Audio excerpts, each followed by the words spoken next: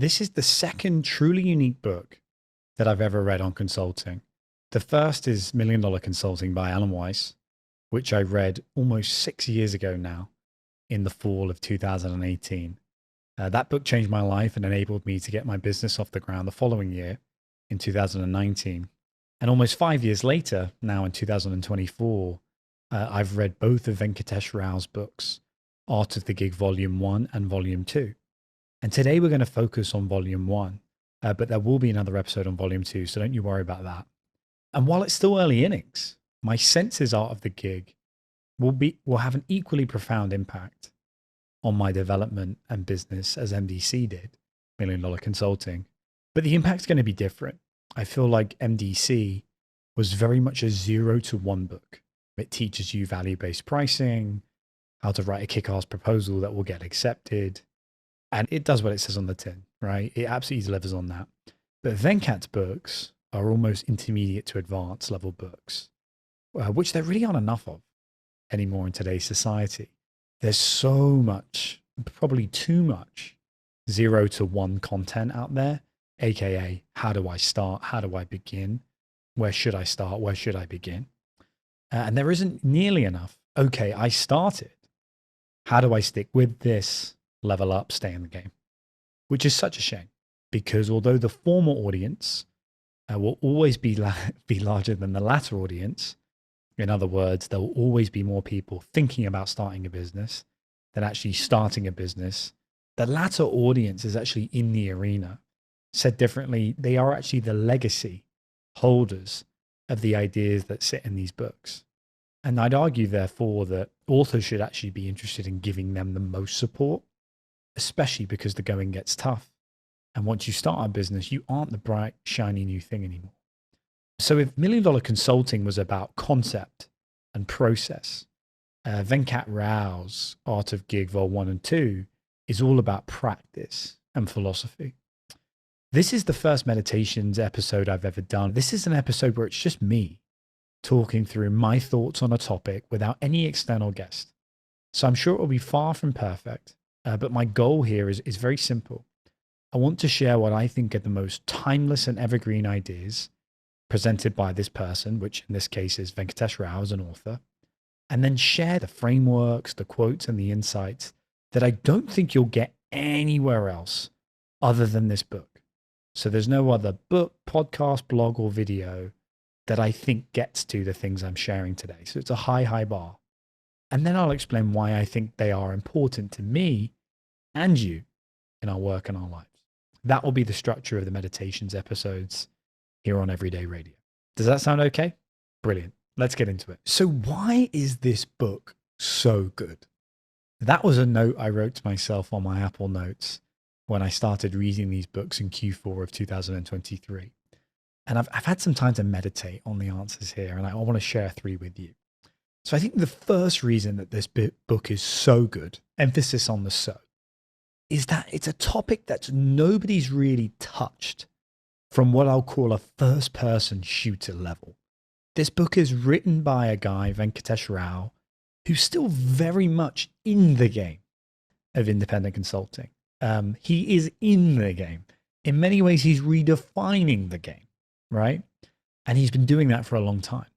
So he isn't writing this book from a kind of retired hindsight 2020 level or vantage point, which is when 99.9% of business books are written. So that's number one. Number two is that the author just tells the truth and nothing but the truth. And I know that sounds absolutely ridiculous, and I'm not suggesting that other authors don't tell the truth, but this book just smacks of truth. And the word of Cat Williams, the truth doesn't need any motivation. So the first point being it's first person shooter. Second point being this book is just the truth. It's full of truths.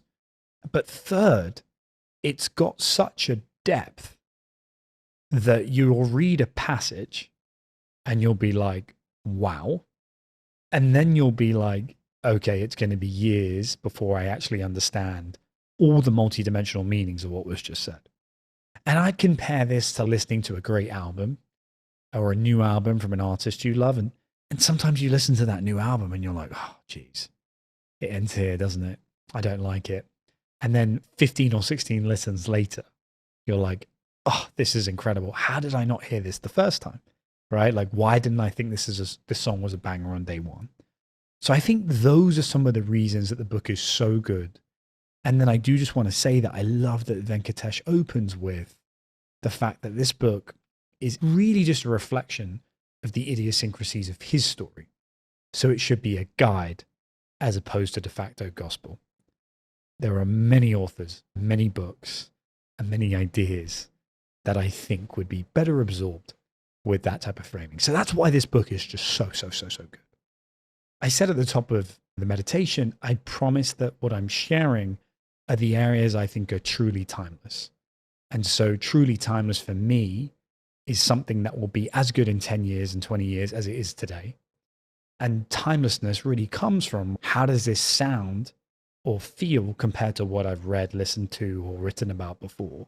So it really is being indexed and compared to not just my entire library of books and videos and content, but also everything I've read about this specific topic. And for me, there are 3 truly timeless areas in The Art of the Gig, Vol 1. And I'm going to bring you through them. So the first is a area that I've called sparring, boxing your way to differentiation. Number 2 is guru versus pundit, being quiet versus talking loud. And number 3 is anti-indie, building your Mandalorian armor. These are areas that I've curated. They aren't chapter titles in the book, but they do pull from a lot of the themes and the chapters that you will see if you actually end up purchasing this book. So I'm actually going to structure this episode around these 3 areas. So sparring, guru versus pundit, and anti-indie and Mandalorian armor. But I will say as a general note, I just love how Venkat leveled up the conversation here around gig work into what he says is a full stack conversation. In other words, the gig economy has been around for a long time now, right? But even though it isn't new and we all know what it is, very little's actually been said about the levels it presents. Usually the only type of media we read or consume or share is around the first level of the gig economy, which is just-in-time delivery, right? Food delivery or transportation. Think of Uber. But in recent weeks and months, and really I think post-pandemic, there's been a bit of a change. I think Venkat's book is certainly a step in the right direction, but the overemployed movement, #overemployed, you haven't seen the Reddit thread, check it out. I think that has actually really driven the gig economy into a new light. And that is to say that we live at a time where knowledge workers can actually achieve so much. Technology, capital, and labor present such tremendous leverage multipliers for quality thinkers and knowledge workers. And if we can master a piece of each of them, we can not only be economically free, which is a big theme of this book, but also create conditions for really beautiful, deep, independent work. And so I just want to say thanks to Venkatesh for not only being an example of that, but actually writing something that isn't just focused on just-in-time food delivery.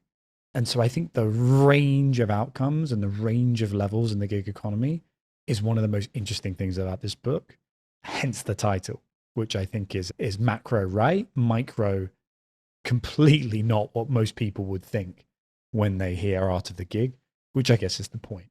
And so, yeah, I just want to open with that note.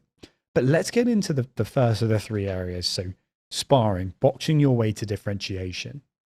So why am I drawn to this book and why have I started with sparring? Well, I've been an independent advisor now for 5 years. We're actually just a few weeks away from our 5-year anniversary. I've probably been doing independent advising for about 6 years. And I've done a lot. I've advised universities, award-winning chefs, content curators, New York Times bestselling authors, Fortune 500 executives. I've worked with hundreds of professionals. And at times I've really struggled to communicate what it actually is that I do. And Venkat very much solved that for me with this book, or he put the icing and the cherry on the cake. And I think sparring is such a beautiful metaphor and an analogy, not only just for my personality, but what it is I actually do on an everyday basis when I say I work with New York Times bestselling authors, award-winning content creators, chefs, executives, etc. People have actually told me in the past, you can't bluff me. And what I love about the sparring analogy is that fighters don't bluff in the spar.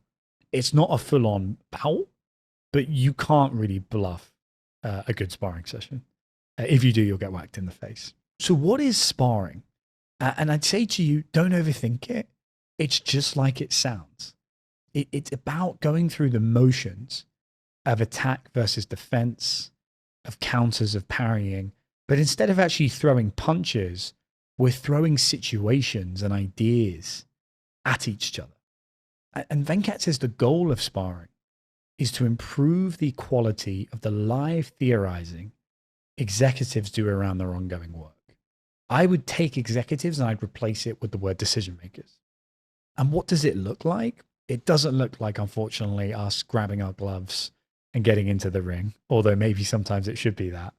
It's really just conversations back and forth, usually for hours, over multiple months, over multiple years at its best, where we go back and forth on situations at work, ideas, things that were said yesterday.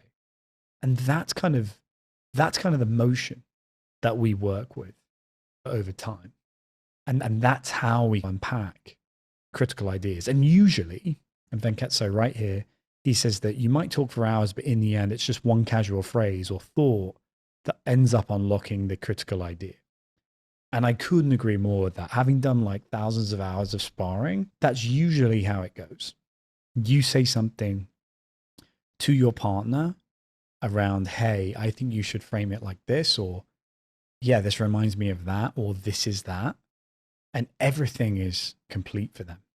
If you've ever played chess, I really haven't played chess to a high level, but I remember when I went to chess club as a kid, all of the practice was around chess position. So the board would be set up in different ways, or there'd be different opening moves and positions you could make. I'd really think about sparring in a business context through that lens. Every day, the chessboard of your company or business is going to be slightly different than before. Sometimes it will be exactly the same. And so sparring creates this ability to, one, get into positions, two, recognize positions, and then three, when you're actually in the position, how should you attack and defend to get to where you want to go, to actually then go and win the fight or get into a better position or be in a position, right, to grapple your opponent to the ground or your problem to the ground or force them to submit. I think grappling and submission is much more the philosophy of sparring than actually knockouts. And over time, what we do is we teach our clients basic offense, combinations, defensive techniques, parrying, countering. And the beauty of sparring is it's kind of like live action. So it's in the moment, it's at that pace, it's not a walk in the park. And so when these decisions actually go down, or these conversations go down, or these situations play out in real life, your partner is prepared because they've trained in a really hard way. So that's one of the beautiful things about sparring that I think Venkat taps into. And obviously you need to be mentally clear to spar. So actually clients that want to spar are telling you so much about their internal headspace when they actually react to this analogy in a really positive way. I've worked for executives that have been too busy to actually implement my innovation and insight. And it just ends up being a bad vibe for everybody. So what's great about sparring is, number one, it self-identifies really interesting partners, AKA people like Venkatesh and myself. But second, it actually also is a bit of a litmus test for the executive because it requires such preparation and mental freedom and clarity, but the results are so high that, like, yeah, you're only going to get people that want to go through a 12-week training camp before a big fight. So that's what is sparring. And I think it's fantastic. Why do executives actually need this, right? Sounds like therapy or coaching. Interesting.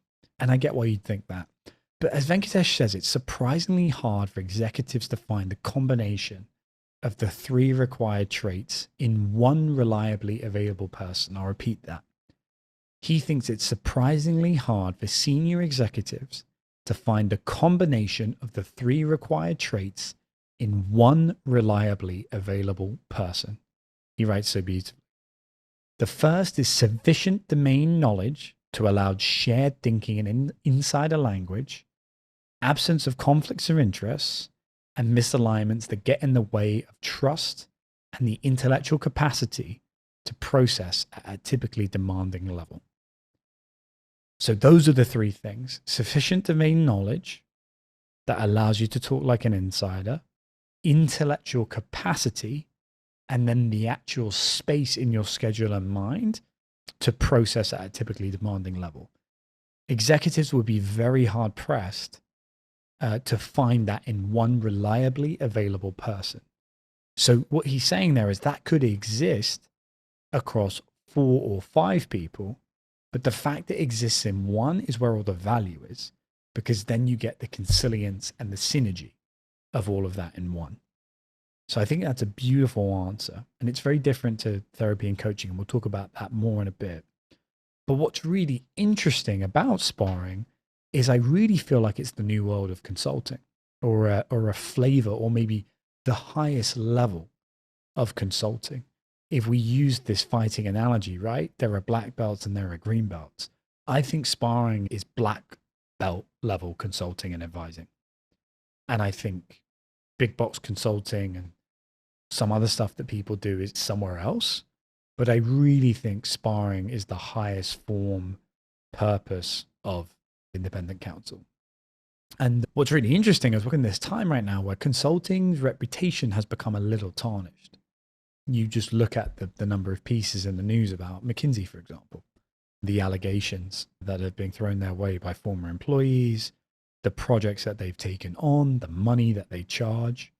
Also, there's a little bit of tongue-in-cheek banter around the value of MBAs and the fact that everybody goes into consulting. And so what I think is really interesting is Venkat talks about 2 schools of consulting that existed. The one school is positioning and the other school is people. And I think what's really interesting about me is that I'm actually the people school, the narrative-based, story-based theory of change, but I'm informed by the positioning, which is more data-driven, metrics-driven, more HBS, classic big box, MBA training. And I like to think of positioning as a predictable tube map where you map out an organization with the stops and the crossovers are where people intersect and their departments intersect. And you can easily see how you can get from one end of the tube line to the other, right? How you can get from North London to West London. But the people school, I think, is a little bit more like Warhammer, where you spend a lot of time actually painting the individual characters, understanding their blemishes, understanding their assets, positioning them on the map based on their past behavior, and then nudging them into kind of battle position over time.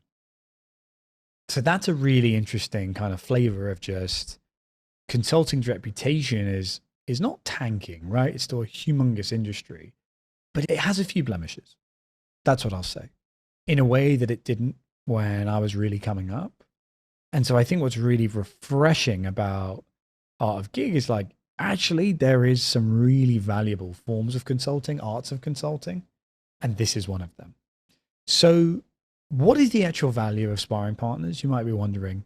I think this line from Venkat is just perfect. He says, the value is knowing which nut to tighten to resolve a mysterious noise in a car. And he tells the story of a mechanic, or I guess of a guy whose car's making a weird noise, brings it in to the garage. Mechanic opens up the hood, looks at the engine, twists one knob, and the noise is no longer there. And the customer's a little aggrieved that it only took him like 17 seconds. And he gets the bill, and the bill's $50. And Venkat says, there's a tension, right? Because here the knowledge was everything. The mechanic actually didn't bring any executional skill to the table.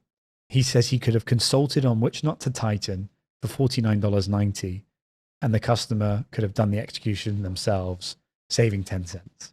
And I think that's really funny and a really good way to think about it. But I also want to say that I've actually started to add executional capabilities on top of the sparring relationship, which I'll probably talk about maybe in our second meditations on Venkat's books, but I think that's a really powerful anecdote. And then I want to share maybe a little bit of, well, how do you actually get these gigs? Because you'll meet a lot of people, whether they're agencies or they're other kind of strategy consultants who like work for businesses. And the sparring relationship is less about, I think, working for a business. And it's actually about working for a leader who represents the business and seeing the organization and therefore the world through their eyes. it's a big and tiny difference at the same time. It could still be the business writing your checks, most likely. And it's definitely the business that you put on your LinkedIn, right? Like you don't put the LLC of the executive on your LinkedIn. But if we're being really honest about the sparring and the value of it, it's really about the relationship with the executive and his or her relationship to the company. And that's your kind of leverage point. That is very different than coming in as a contractor or an agency or a gun for hire for an organization that's, running towards some type of deliverable. And I struggled with that for many years, actually, of just sharing that. But I think Venkat's actually given me the language to talk about that. So that's how I'd really think about it, is like, you are in many ways the sparring partner of one of the starting five for a top basketball team in this case being some type of organization, right? So you're not on the floor with them every night at practice, but you are actually downloading, hey, this is how practice went today. This is how the game went last night. What do I need to do to improve? And there's a real beauty, I think, to that relationship. You might be wondering how these relationships actually come about. And what I love that Venkat says is he's really good at basically taking all the best parts of consulting, but not being defined by any of the worst parts. It's the classic Virgil Abloh, a remix is just changing 3% of things. I think Venkat's probably changed close to 30 or 40, but there are some fundamentals of consulting that are fantastic, right? There's a reason why people are attracted to do it and it's become such a big thing. It's just not all of it, right? In its current form, especially in the big box form, is that attractive or valuable to everybody else? That's the nuance of this conversation that fortunately for some reason just doesn't come through on the internet anymore. But Venkat says to build relationships that allow you to be an exception to the anti-consultant rules or barriers. He's referring to effectively some organizations that all have rules in place, like, hey, we don't hire consultants, or we don't spend more than this on consultants per year. Or if you want to hire a consultant, they have to go through this RFP process. And so he admits you have to keep yourself honest here because there's a lot of cronyism that could go down. But there is such value to actually building relationships that way, where you basically get all of the big box fee, the brand, the prestige, without any of the downsides of a net 180-day payment cycle, a massive procurement process where you get bullied on price, and a litany of presentations, right? There's a speed to sparring that's really awesome. And obviously, if you've ever watched any of your favorite fighters actually spar, you know it's a good spar within the first 5 seconds, which is brilliant, right? There's just a time to value here that is unbelievable. And that time to value probably always comes up before you've actually signed a deal, because you can kind of see the motions. And then because you've got that time to value to kind of show, you then get to skip the line on a lot of other things. So that's a little bit about sparring. You'll remember that the title is Sparring, Boxing Your Way to Differentiation. I think I've explained sparring enough. Boxing is a really great way to think about how you move through a career or a problem or an organization. Now we're actually going to talk about differentiation. And part of this has been a real struggle for me. Like, how do I actually differentiate from being a therapist, a coach, a teacher, professor? And I think Venkat has the answer here. He says, I could position myself in a differentiated way around conversational sparring and avoid anything that looked like a big 3 100-hour grind. I could benefit from the perceptions of the consulting industry, but not be bound, limited, or defined by them. That is absolutely beautiful. I could benefit from the perceptions of the consulting industry, but not be bound, limited, or defined by them. I absolutely love that. And to me, that's what entrepreneurship is. That's the artistic element of entrepreneurship. It's not just saying, hey, we're going to blow everything up and start from zero, right? It's like, okay, let's take the parts that we love, forget absolutely everything else, stand on the shoulders of giants that we enjoy, but we're going to remix this and we're going to create a new sound, as Jay Dilla would say. So I love that. Venkat talks about differentiation through the lens of beefs. So his first differentiating point was one that he's just a conversational sparring partner, and there just aren't that many of them. From my experience from reading his book, I just get the spidey sense that there aren't that many of us. And I think it's because, and we'll talk about this in a bit, it's not easy. You need to have all those traits, domain knowledge, the ability to think in inside a language, big intellectual kind of capacity, all in one readily available person, right? That is not easy for executives to figure out. And so, yeah, that's the value here is he was able to differentiate by calling himself a conversational sparring partner. But then he talks about beef and he says the correct answer to differentiation is that you pick a beef worth picking, but not too strongly. 20% beef to be precise. I joke this sounds like my grocery order, right? Lean versus fat. But this is really interesting. He's saying you want to beef with people because by beefing, you're kind of saying, hey, we fundamentally don't align on a few things. So I'm calling you out, right? But don't make it 100% beef because then people are just going to get pissy and you could get into a real fight. Make it 20% beef. And that is just brilliant. And you could take this analogy further. If you actually talk about ground beef and you get different lean versus fat percentages, there's different sizzles. You don't need any olive oil, but you don't want to overcook anything, right? You want there to be a certain level of pink. There might be some seasoning. But this idea of 20% beef, I think, is fantastic. And he says differentiation is the right amount of beef in your positioning, notionally about 20%. I think it's a phenomenal way to think about differentiation of just like, okay, I'm here and I'm this business and I represent these things. These are the things I see in the market that I don't believe. Let me find 20% that I can remix on and I can go to bat for that. That way you're not alienating the people that are representing, right? The other 80%. They then might admit, actually, we always hated that 20% too. And then you kind of sail through as sort of a, hey, you were right on that. Thanks for challenging us, instead of, hey, you just put down our entire life's work. And that's something I've really had to learn too. And he says, all indie consulting positioning that works amounts to, it doesn't have to be this prevailing orthodox way that you've been disillusioned by. There is another better way, and here's how you go that road. And usually you as the advisor, you're the path to that independent road. I also love that Venkat says, use the Warren Buffett rule, praise by name, criticize by category. So I hope you're seeing the kind of connection there between sparring and differentiation. Number one, sparring as a concept is a huge differentiation factor. But two, Venkat getting really focused on the beef, I think is important, especially in this internet era. That's how people get attention, right? They create beefs between a lot of different people. That's how they get attention.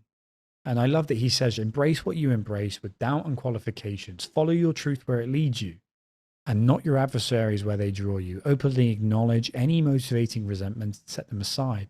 You don't have to pick every battle, but you do have to pick a few.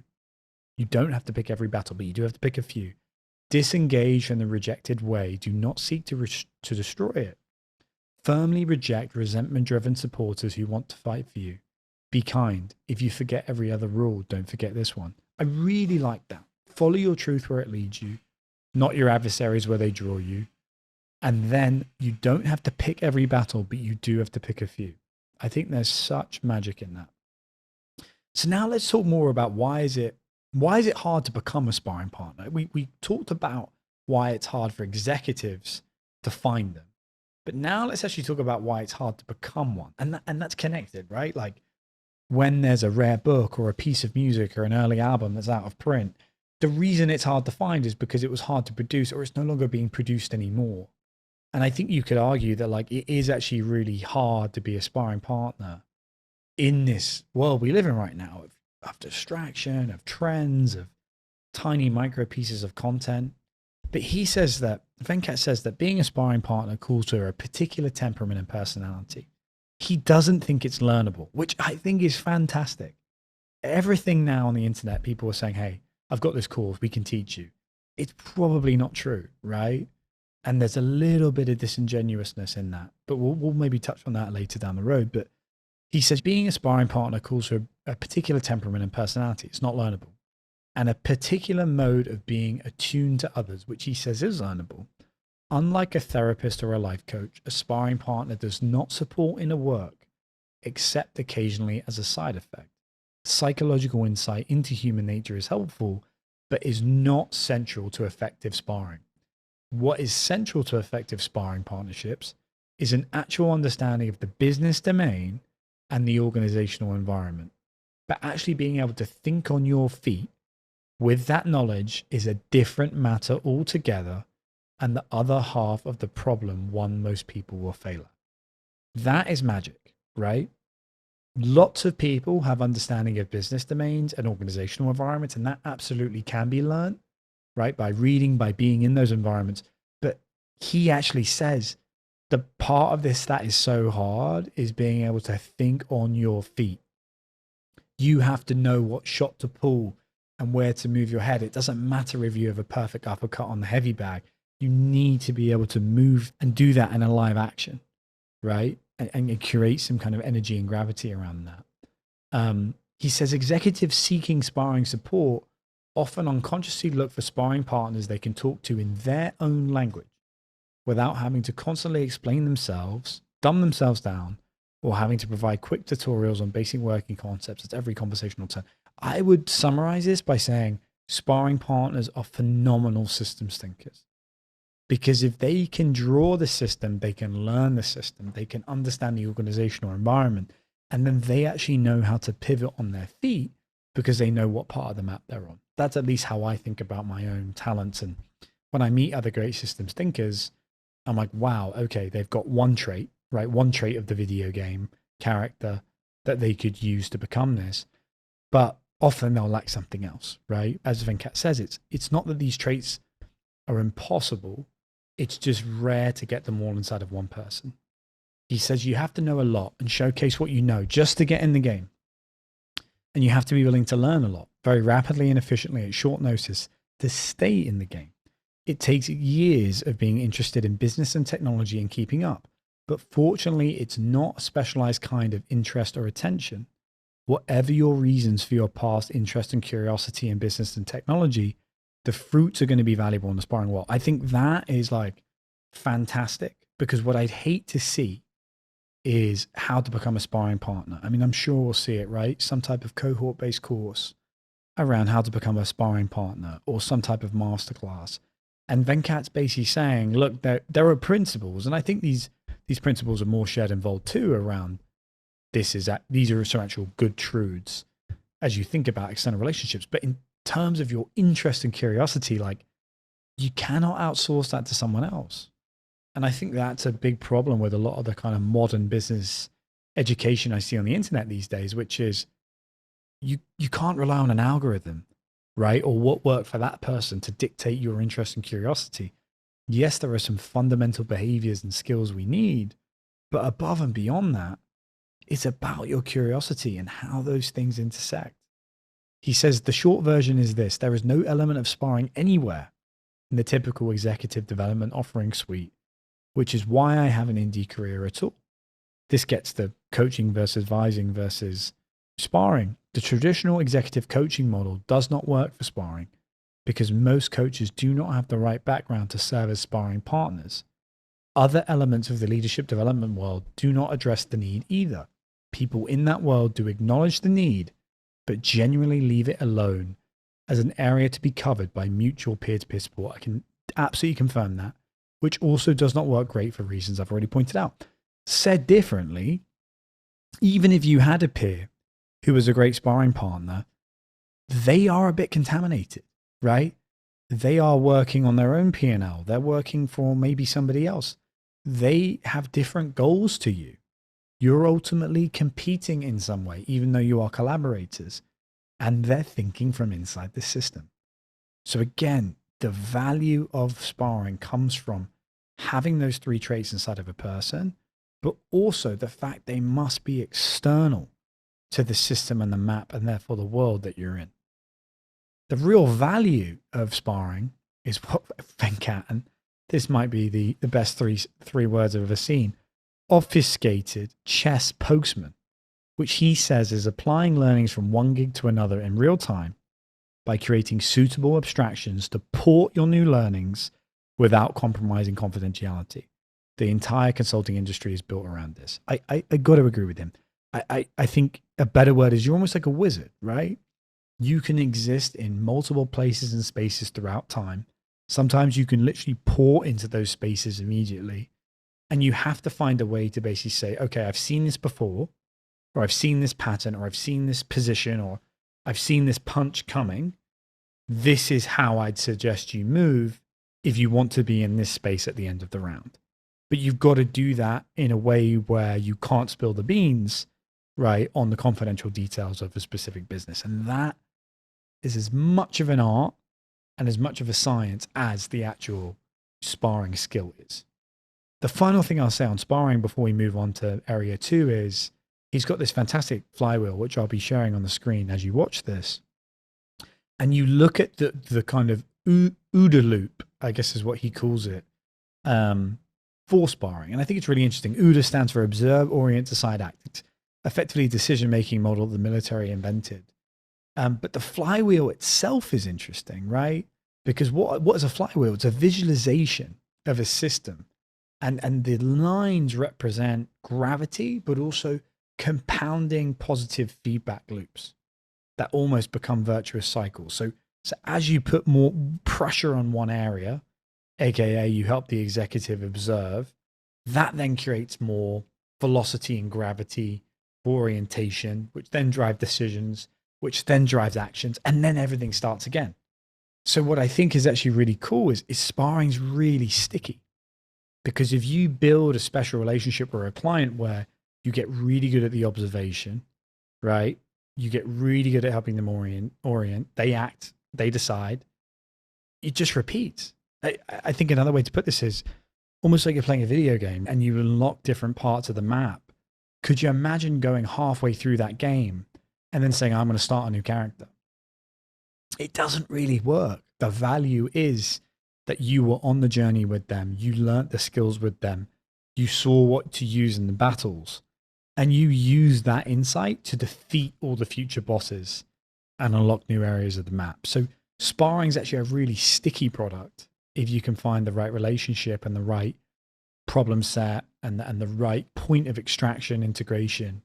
And I don't think a lot of people give consulting credit for being sticky, maybe slimy, but actually sparring is very sticky and has a lot of the virtuous feedback loops that we would associate with a great viral SaaS product. So area number 2, I call guru versus pundit, being quiet versus talking loud. And Venkat says, for better or worse, getting into the sparring partner business means coming to terms with a growing perception of a guru factor around what you do, even if you are younger and less experienced than your clients. This is a fraught business.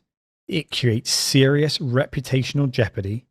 There is a fine line between business guru and laughing stock, or to use a more appropriate modern term, LOL cow or low cow. I'm not sure what that means. That's really interesting.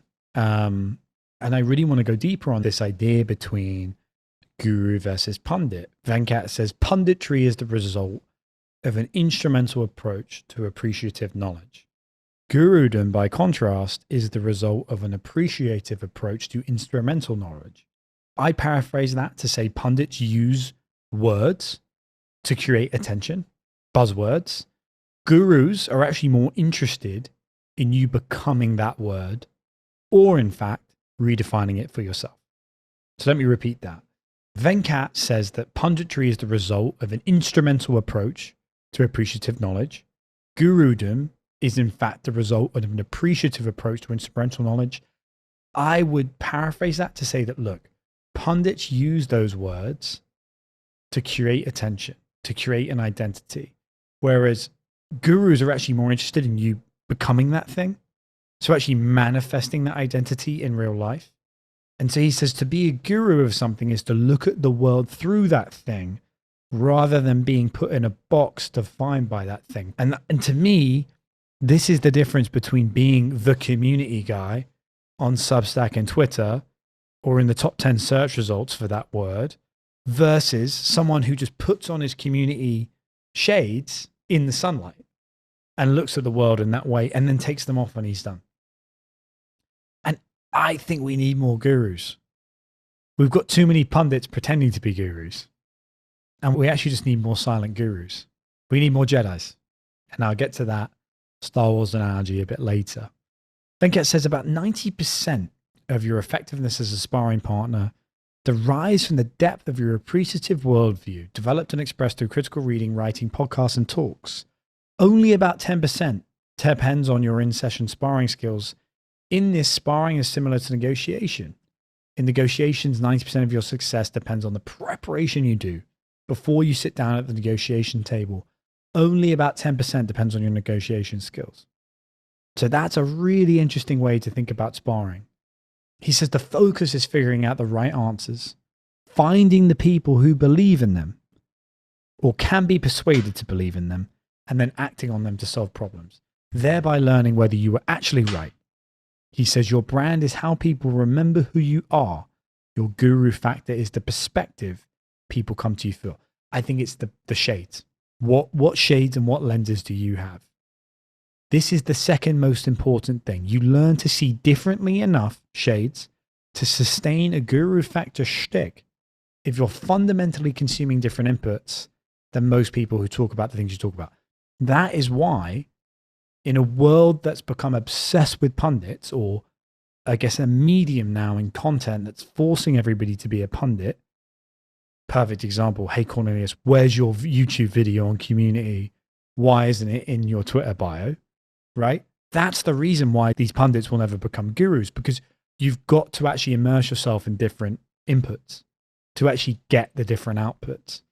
An algorithm-based discovery, it is forcing everybody to niche down and be that thing. And that's why there's a bit of a chasm, I guess, between gurus versus pundits. And I think it's fantastic. So Venkat provocatively says, how you see is a function of what you've seen. If you've seen the same things as everybody else, aka you've got the same algorithm as everybody else, it's hard to see differently from everybody else. So strangely enough, to uncover a guru factor, it's actually better to immerse yourselves in topics that are demanding, aka they're time consuming, they're challenging, but not actually wildly difficult. He says, is your relationship to appreciative knowledge closer to punditry or gurudom? He also says, and I think I actually disagree here, but I want to share it anyway. He says, pundits prioritize taste while gurus prioritize insight. Is gurudom what you actually want? I disagree. I think pundits prioritize trends and then you create what you prioritize. I think gurus actually prioritize taste, and taste is insight, and insight creates taste. It's another version of that kind of self-reinforcing flywheel. So Venkat says, what are you a guru of? If gurus develop reputations, what are you a guru of? And I think that is a really interesting question. And like I said, I think we actually mistake pundits for gurus and then critique gurus for not being pundits. AKA, Cornelius, where's your YouTube video on X? Why isn't it in your Twitter bio? How would I know you are that thing? Well, because I am this thing and I'm speaking to you. And that's the value of sparring. It's actually conversation as a product, which is all that matters. Absolutely all that matters.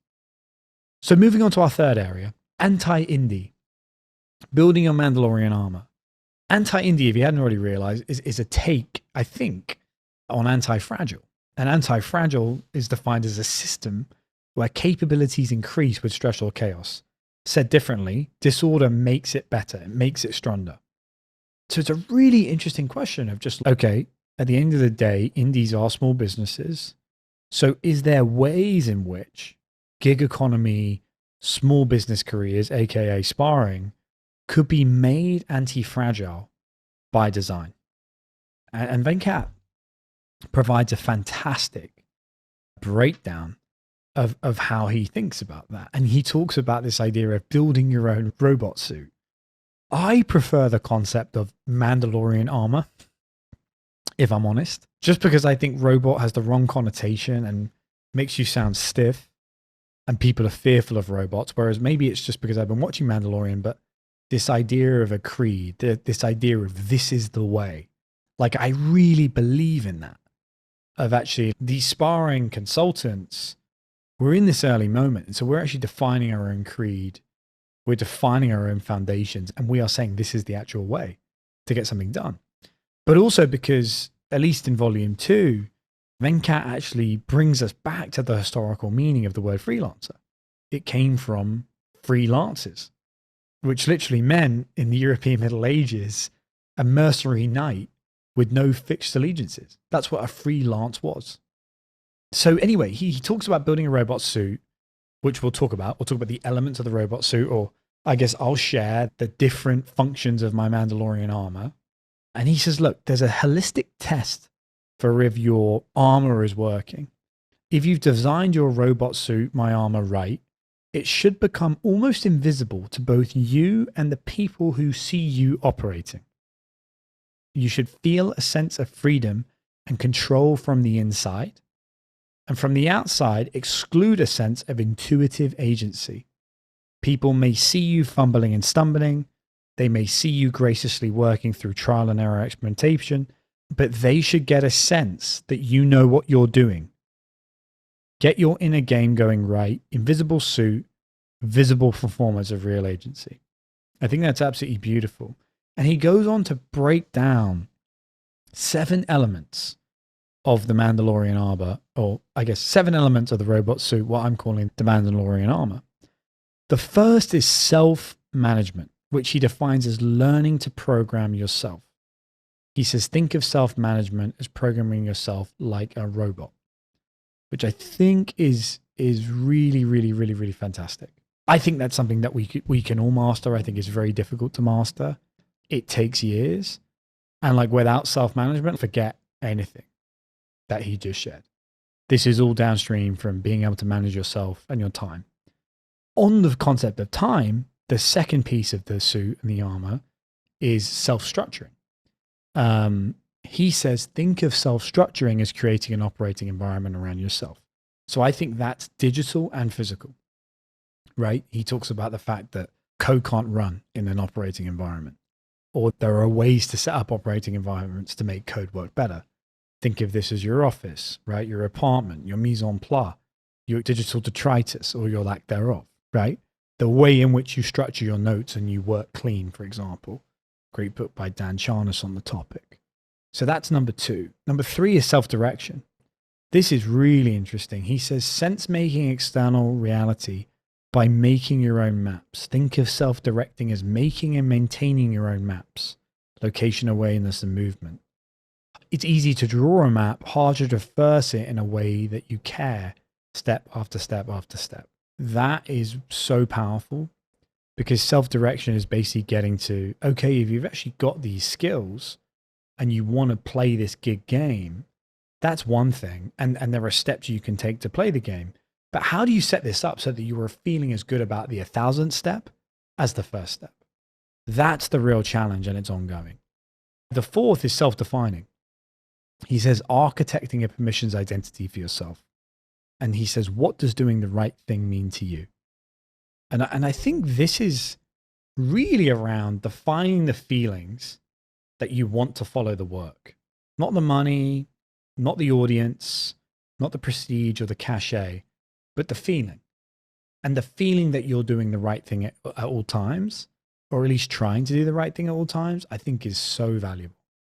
And giving yourself the permission to attack that. Connected to that, number 5 is self-ceremonializing. And he talks about this as like creating a UI and a packaging, which I think is really valuable, right? Like printing business cards, even if you have no one to give them to. Building a beautiful personal website, right? Curating an external brand. The way you dress, right? The haircut you have, the camera you use. I was even thinking, I just started a radio show. Why didn't I buy an on-air sign that I could put on as I record? Create that UI, because no one's going to create that for you in the gig economy. You've got to produce it yourself. And that almost gets you in the headspace to start building and doing the things that you really should be. 6th is self-pacing. So sense-making time by making an internal clock for yourself. Self-socializing is number 7. Architecting a network identity for your social environment. I think this is really interesting, right? Like you're assuming you're leaving an office. You're leaving all semblance of colleagues. You're leaving all semblance of a conference circuit. If you're going out on your own, it is really important to then redefine and rebuild your own social structure. You can't go without one, whilst you must consume different inputs, right? In order to be good at sparring, you can't just become a complete recluse. right? You can't just become Walden. I've long thought that. You can have elements of your year that look like Walden, but ultimately you need to be out there in the world grappling and sparring with your ideas in real time. And so I think what he's talking about is make sure you set up that social structure. Now, I'd love to have a conversation with Venkat, and because one of my first questions is, well, what comes first in all of this? And do you have everything at one time? Can you get away with having 50% of things, 75% of things, right? Does one of these things generate more value? I've obviously got my own take on that, but I'm not going to include that in this episode. I think I might write my answer. So that's the kind of the breakdown of the Mandalorian armor, which I think is fantastic. But I will also share that Venkatesh says there isn't really a study on how small businesses could be more anti-fragile. But if there was, and he references, I think, a professor who has looked at this question, there's two things. There's being open to new experiences, and then there's just pure financial conservatism, runway, profit. And on that point, he says there's savings, but then there's also having a spouse or being with someone who has a job and who's willing to support your risk taking and backstop your thirst leaf with their own stability. And I would say it's having a wife who's had a W-2 and is always supporting me being independent. I cannot underline the value of that. So look at the Mandalorian armor in an aspirational sense. I think it's intellectually stimulating and fantastic, but also, get the basics right. Give yourself runway, right? Give yourself savings to set yourself up for the best chance to go attack something. And you don't want to just hedge yourself against these risks because they're real. So those are 3 areas of this book that I think are fantastic. I just want to end with some quotes that I think are just absolutely drop dead. And then I'll let you get back on with your day. So first quote, do not accept work when broke that you would reject when flush. Just absolutely, absolutely brilliant. And obviously you can start to contextualize, right, these quotes against some of the things we just talked about, AKA financial conservatism. Number 2, say yes or no to gigs against your instincts 10% of the time. Why 10%? I can't wait to ask Venkatesh that. Number 3, never assign homework the client didn't ask for. I think all the schoolboys and girls in us know what that means. Number 4, maybe my favorite, the work ends when the story ends, not when the last check clears. Number 5, I think everybody on Twitter could learn from this. The opposite of every great playbook, aka Twitter thread, is also a great playbook. Number 6, great truths are eternal and unfalsifiable, but that doesn't mean that all great truths are equally true at all times. Phenomenal. 7, great playbooks never go away. They are simply rewritten for new eras through cycles of prominence and obscurity. 8, a bicycle in a state of balance is upright when taking corners, but a sailboat might lean strongly in the direction you need to go. As this war of ideas unfolds, you want to be a sailboat, not a bicycle. Number 9, the entire value lies in knowing which nut to tighten. Number 10, with apologies to Chris Dixon, for what the clutch class does on evenings and weekends, everyone will be doing in 10 years. 11, if you've ever read a HBR case study, you've probably had that uncanny sensation of looking at the business problem-solving equivalent of stock photography. Anyway, I hope you guys enjoyed this. This was my first meditation on a book I've absolutely loved. Like I said, the really just the second truly brilliant book I've read on the last 5-6 years of a huge part of my career.